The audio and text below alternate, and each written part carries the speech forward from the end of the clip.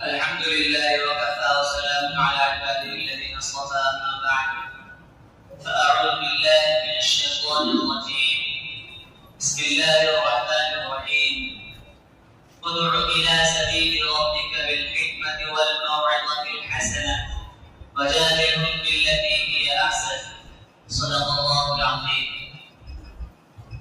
میرے بھائیوں اور عزیز ساتھیوں، اللہ تبارک و تعالی کا ہم پر بہت ہی عظیم اور بہت ہی بڑا کرم ہوا، احسان ہوا کہ اللہ تبارک و تعالی نے ہم تمام کو ایمان کے اس عظیم دولت سے سرفراز فرمایا. مزید یہ ہوا کہ اللہ تبارک و تعالی نے ہم تمام کو جمعہ کی نماز کی ادائیگی کی توفیق عطا فرمائی.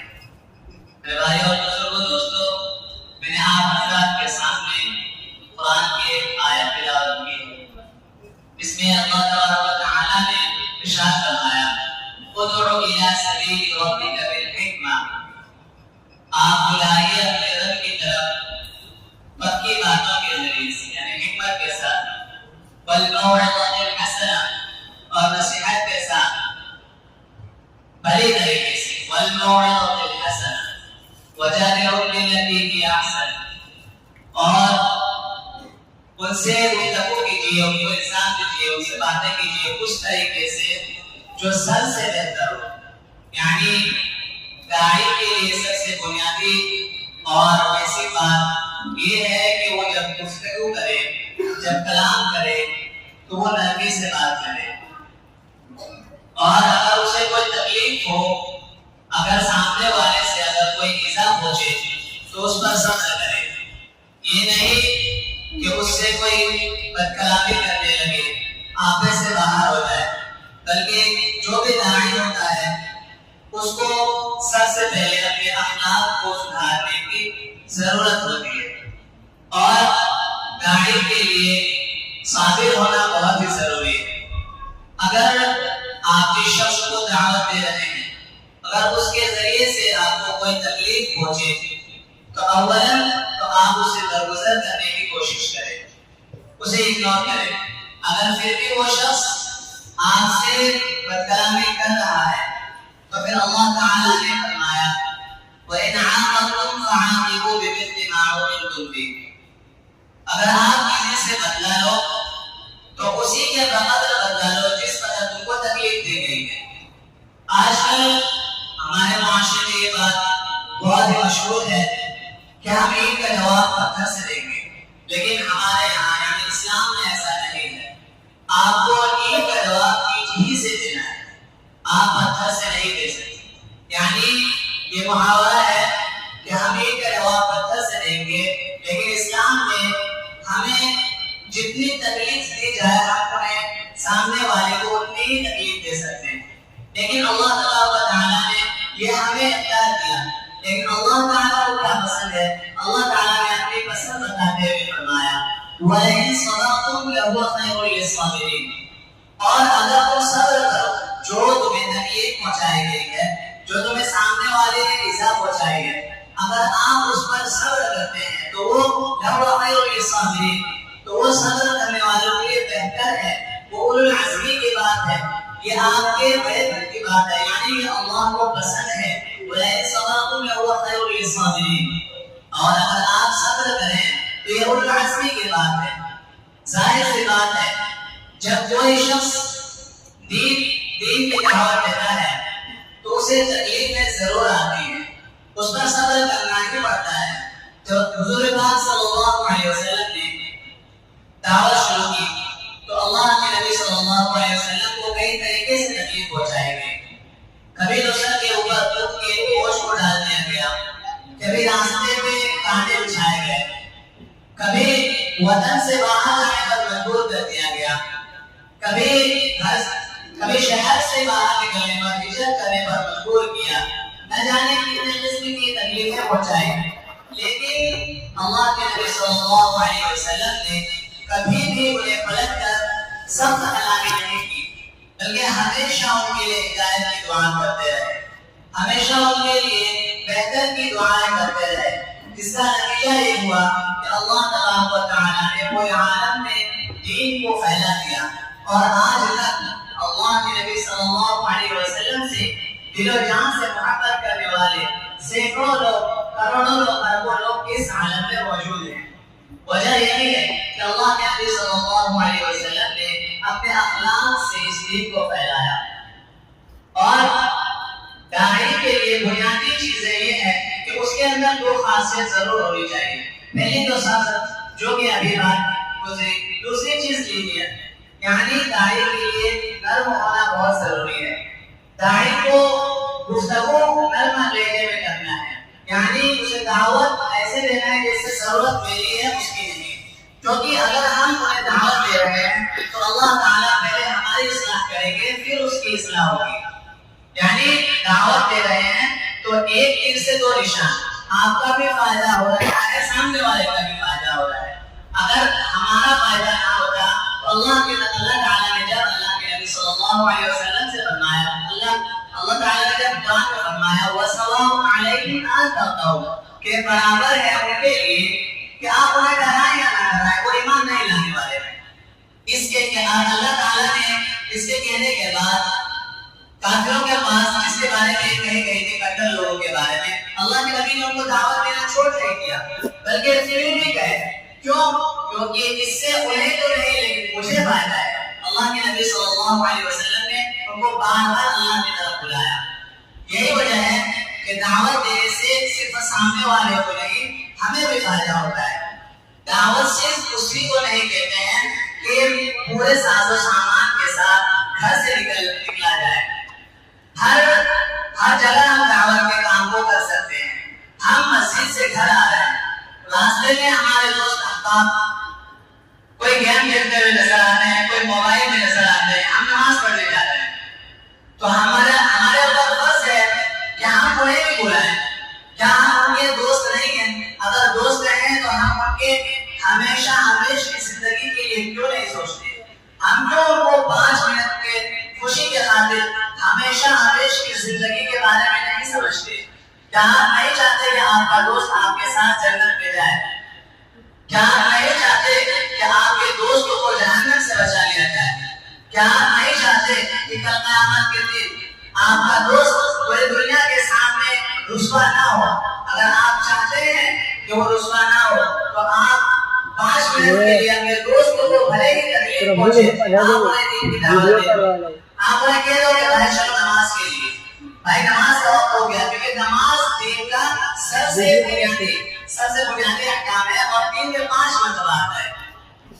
اور دعوت صرف یہی نہیں کہ باہر پورے ساز و سامان کے ساتھ نکلا جائے، بلکہ آپ سوشل میڈیا یوز کرتے ہیں، اس کے اندر بھی آپ اگر بری چیزوں کو پھیلانے سے جس طرح آپ کو گناہ ملتا ہے اسی طریقے سے اگر آپ اچھی چیزوں کو پھیلائیں گے تو اس سے آپ کو نیکی ملے گی۔ آپ کو ہر جگہ، ہر کام میں، ہر قدم پہ اللہ تعالیٰ کے احکام کو مقدم رکھنا ہے۔ ہر کام کے کرنے سے پہلے ایک مرتبہ ضرور سوچنا ہے کہ کیا یہ جائز ہے، کیا اللہ تعالیٰ اس سے راضی ہوں گے یا ناراض ہوں گے۔ جب ہمارے اندر یہ صفت آ جائے گی تب ہمارے لیے دین پر چلنا آسان ہو جائے گا۔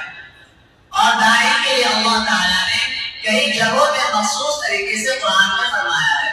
سب سے پہلے اللہ کے نبی صلی اللہ علیہ وسلم کو اللہ تعالیٰ نے فرمایا یا ایھا النبی انا ارسلناک شاہدا ومبشرا ونذیرا، اے نبی صلی اللہ علیہ وسلم ہم نے آپ کو بھیجا شاہد بنا کر یعنی گواہ بنا کر، ومبشرا ونذیرا اور خوشخبری دینے والا بنا کر بھیجا اور ڈرانے والا بنا کر بھیجا۔ یعنی خوشخبری بھی دیں گے، یعنی جنت کی بشارت بھی دیں گے اور جہنم کے عذاب سے بھی ڈرائیں گے۔ وجہ کیا ہے کہ صرف اگر خوشخبری سنائی جائے تو آدمی لاپرواہ ہو جائے گا، سوچے گا کہ ہمارے لیے تو بہت آسان ہے اور وہ وعیدوں کو بھول جائے گا، اور صرف اگر ڈرایا جائے تو نا امید ہو جائے گا، اور جو کہ اسلام میں کافی حد تک درست بات نہیں ہے۔ اللہ تعالیٰ نے فرمایا لا تقنطوا من رحمت اللہ کہ اللہ کی رحمت سے مایوس نہ ہو، تو کہیں مایوس نہ ہو جائے اس کے لیے خوشخبری سنائی گئی، اور لاپرواہ نہ ہو جائے اس کے لیے ڈرایا گیا۔ پھر آگے اللہ تبارک و تعالیٰ نے ایک خصوصی لقب سے اللہ کے نبی صلی اللہ علیہ وسلم کو پکارا وداعی الی اللہ باذنہ وسراجا منیرا، اور ہم نے آپ کو اللہ کی طرف بلانے والا بنا کر بھیجا اللہ کے حکم سے، اور روشن چراغ بنا کر بھیجا۔ یعنی اللہ تبارک و تعالیٰ نے اس کو الگ سے بیان کیا۔ وجہ کیا ہے کہ ہر انبیاء کا جو بنیادی کام رہا ہے، بنیادی جو اصول رہے ہیں، وہ دعوت کا کام ہے۔ ہر انبیاء نے اپنی امتوں کو اللہ کی طرف بلایا۔ سب سے پہلا کام اللہ کے کلمے کی دعوت دی۔ دوسری جگہ اللہ تبارک و تعالیٰ نے فرمایا یا قومنا اجیبوا داعی اللہ، اے ہمارے قوم قبول کرو اللہ کی طرف بلانے والے کی دعوت کو، وآمنوا بہ، اور اس پر ایمان بھی لاؤ، یغفر لکم، اس سے فائدہ کیا ہوگا؟ ایمان لانے سے کچھ تو فائدہ ہونا چاہیے۔ تو بتایا اللہ تبارک و تعالیٰ نے کہ یغفر لکم من ذنوبکم، اللہ تعالیٰ ہمارے گناہوں کو بخش دے گا، ویجیرکم من عذاب الیم، اور تمہیں دردناک عذاب سے بچا بھی لے گا۔ اس سے دو فائدہ ہوا، گناہوں کو بخش دے گا اور دردناک عذاب سے بھی بچا لے گا۔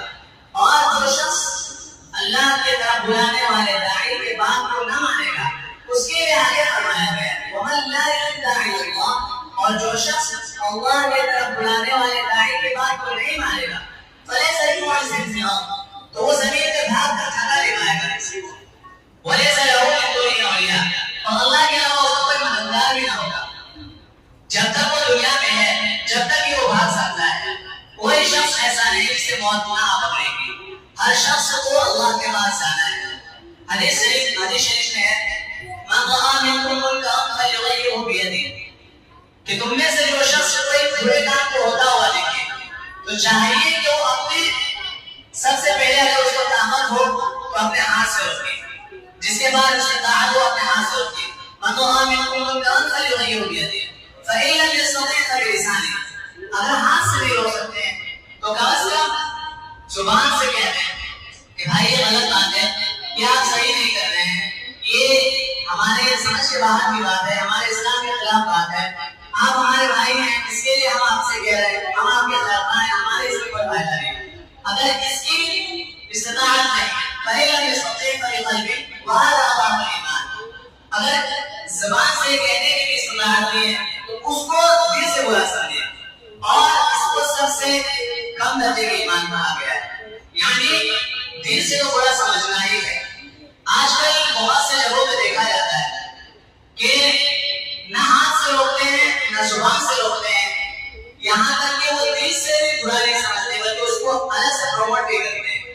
گناہ کو گناہ نہ سمجھنا ایک غلط گناہ ہے۔ گناہ کو ایک آدمی ہے جو گناہ کر رہا ہے، اس کو گناہ سمجھ رہا ہے تو وہ ایک گناہ سے بچ رہا ہے کہ وہ گناہ سمجھ رہا ہے تو توبہ کر لے گا، اور جو شخص گناہ کر رہا ہو لیکن اس کو گناہ ہی نہ سمجھے تو پھر وہ توبہ کس چیز سے کرے گا؟ تو گناہ کو گناہ نہ سمجھنا یہ بھی ایک گناہ ہے۔ تو میرے بھائیوں بزرگوں دوستو، اللہ تبارک و تعالیٰ نے ہم تمام کو یہ ذمہ داری ادا کی ہے کہ ہم اپنے بھائیوں کو دین کی طرف بلائیں۔ اسی وجہ سے اللہ تبارک و تعالیٰ نے اس امت کو خیر امت کہا ہے، کنتم خیر امت اخرجت للناس، لوگوں کے بھلائی کے لیے نکالے گئے ہو۔ کیوں؟ کیونکہ تم تأمرون بالمعروف وتنہون عن المنکر، تم اچھے کاموں کا حکم کرتے ہو اور برے کاموں سے روکتے ہو۔ تو اگر آج کا دیکھا جائے تو ہمارے ایمان والے بھائی اپنے قرآن و حدیث کو چھوڑنے کی وجہ سے یہ کام نہیں کرتے، بہت کم لوگ کرتے ہیں۔ تو چلیے آج کل کے نان مسلم سے بھی بہت سارے جگہوں میں مسلمانوں سے بھی اچھا حکم دیتے ہیں اچھے کام کرنے کا، اور وہ بھی کہتے ہیں کہ برے کام سے روکو، لیکن پھر ان کے بارے میں کیا ہے؟ تو وہ بھی تو اچھے کام کرنے کا حکم دیتے ہیں، وہ بھی برے کام سے روکنے کا حکم دیتے ہیں۔ تو ان میں اور ہمیں فرق کیا ہے؟ تو فرق یہ ہے کہ تأمرون بالمعروف وتنہون عن المنکر، تم اچھے کاموں کا حکم دیتے ہو، برے کام سے روکتے ہو، اس کے ساتھ ساتھ وتؤمنون باللہ، آپ اللہ پر بھی ایمان رکھتے ہو۔ یہ سارے شرائط ہیں، آپ کو اللہ کے اوپر ایمان بھی رکھنے کے ساتھ ساتھ دین کی طرف ان کو بلانا ہے۔ اللہ کے اوپر ایمان رکھتے ہوئے اگر یہ سب کام کریں گے تو اللہ کے یہاں فائدہ ہوگا۔ ہاں، جو شخص اللہ کو نہیں مانتا ہے اور وہ اچھے کام کرتا ہے، اچھے کاموں کا حکم کرتا ہے، اللہ تعالیٰ ایسا نہیں کا بدلہ نہیں دے گا. اللہ تعالیٰ نے باب مالک کے اندر فرمایا من کان یرید الحیات الدنیا وزینتها، جو شخص دنیا کی زندگی کو چاہتا ہے اور اس کی زیب و زینت کو چاہتا ہے، نوفی الیہم اعمالہم فیہا، ہم اس کے اعمال کا بدلہ دنیا ہی میں دے دیتے ہیں. اور ایسا نہیں کہ اس کے کچھ اعمال کا بدلہ دیا اور کچھ کا نہیں دیا. اللہ تعالیٰ نے مزید فرمایا وَهُمْ فِيهَا لَا يُبْخَسُونَ، اور اس میں سے کچھ کمی بھی نہیں کی جاتی ہے. یعنی اللہ تعالیٰ جو نن مسلمز ہیں وہ جو بھی نیک کام کرتے ہیں ان کا پورا بدلہ دنیا میں ہی دے دیتے ہیں. اور اللہ تعالیٰ نے 25ویں پارے کے اندر سورہ شورى میں فرمایا من کان یرید حرث الآخرہ، جو شخص آخرت کی کھیتی کو چاہتا ہے، آخرت کے لیے کوشش کرتا ہے، نصیر لہو فی حرثہ، ہم اس کے کھیتی میں مطلب اس کے نیک کام کرنے میں مدد کرتے ہیں، ہم اس میں برکت ڈالتے ہیں. اور 15ویں پارے کے اندر سورہ بنی اسرائیل میں فرمایا ومن اراد الآخرة وسعى لها سعيها، جس شخص نے آخرت کے لیے آخرت کو چاہا اور اس کے لیے بھرپور کوشش کی، فأولئک کان سعیہم مشکورا، تو اللہ تعالیٰ کا قیامت کے دن اس کوشش کی اللہ تعالیٰ کا درگان ہوں گے. اللہ تعالیٰ ایک ایک چیز کا اس کو بدلہ ادا کریں گے. یعنی کوئی شخص ایسا نہیں جو بھلا کام کرتا ہو اور اللہ تعالیٰ اس کو بدلہ نہ دینے والا ہو. اللہ تعالیٰ ہمارے اتنے قریب ہیں کہ ہم اس کا گمان بھی نہیں کر سکتے. اللہ تعالیٰ فرماتا ہے کہ جب میرے بندے پوچھے میرے بارے میں مجھ سے سوال کرے کہ کہہ دو کہ میں قریب ہوں، تو کتنا قریب ہوں. وَنَحْنُ أَقْرَبُ إِلَيْهِ مِنْ حَبْلِ الْوَرِيدِ، اللہ تعالیٰ ہمارے شہرت کے بھی قریب ہے. اللہ تعالیٰ ہمارے ہر کام ہر ایکٹیویٹیز کو جانتا ہے، ہم کیا کر رہے ہیں کیا نہیں کر رہے ہیں. یعلم خائنۃ الأعین، اللہ تعالیٰ ہمارے آنکھوں کے خیانت کے بارے میں جانتا ہے. یعنی ہم کیا دیکھ رہے ہیں کہاں نہیں دیکھ رہے ہیں کوئی نہیں جانتا، اللہ جانتا ہے. وما تخفی الصدور، ہم نے جو دل میں چھپایا ہے اسے بھی اللہ تعالیٰ جانتا ہے. اللہ تعالیٰ نے سورہ بقرہ کے آخر رکوع میں فرمایا وَإِن تُبْدُوا مَا فِي أَنفُسِكُمْ، اور جو تم ظاہر کرتے ہو جو تمہارے دل میں ہے، أَوْ تُخْفُوهُ، یا پھر تم اس کو چھپاتے ہو، يُحَاسِبُكُم بِهِ اللَّهُ، اللہ تعالیٰ تم سے اس کے بارے میں حساب لے گا. تو صحابہ کرام کافی زیادہ اشفیق ہو گئے کیونکہ وہ لوگ کافی متفکر رہتے تھے. ایمان کے بارے میں جب بھی کوئی احکام آتا وہ لوگ سوچنے لگتے تھے. ایسا نہیں کہ ہمارے ایسا سن کے ایک کان سے سن کے دوسرے کان سے نکال دیا. وہ لوگ کافی متفکر ہو گئے. تو اللہ کے نبی صلی اللہ علیہ وسلم نے فرمایا جو شخص جان بوجھ کر کچھ سوچے گا، غلط چیزیں سوچے گا، تو اس کو اللہ تعالیٰ پکڑ فرمائیں گے. جو خود سے آ جائے اس کو دفع کرنے کی کوشش کرتی ہے، اس کو دور کرنے کی کوشش کرتی ہے. جو خود سے آئے تو شیطان کے وسوسوں سے ہمارے اختیار میں نہیں ہے کہ ہم شیطان کے وسوسوں سے خود سے بچ سکیں. لیکن ہاں ہمارے اختیار میں یہ ضرور ہے کہ اس کا وسوسہ آئے ہم انہیں ٹال دیں. تو میرے بھائیوں اور بزرگوں دوستوں، ہمیں چاہیے کہ ہم اپنے بھائیوں کو نیک کاموں کی ترغیب دیں اور اپنے بھائیوں کی بھی فکر کریں. اللہ تعالیٰ ہم تمام کو کہی سنی باتوں پر بخوبی عمل کی توفیق عطا فرمائے. آمین. وآخر دعوانا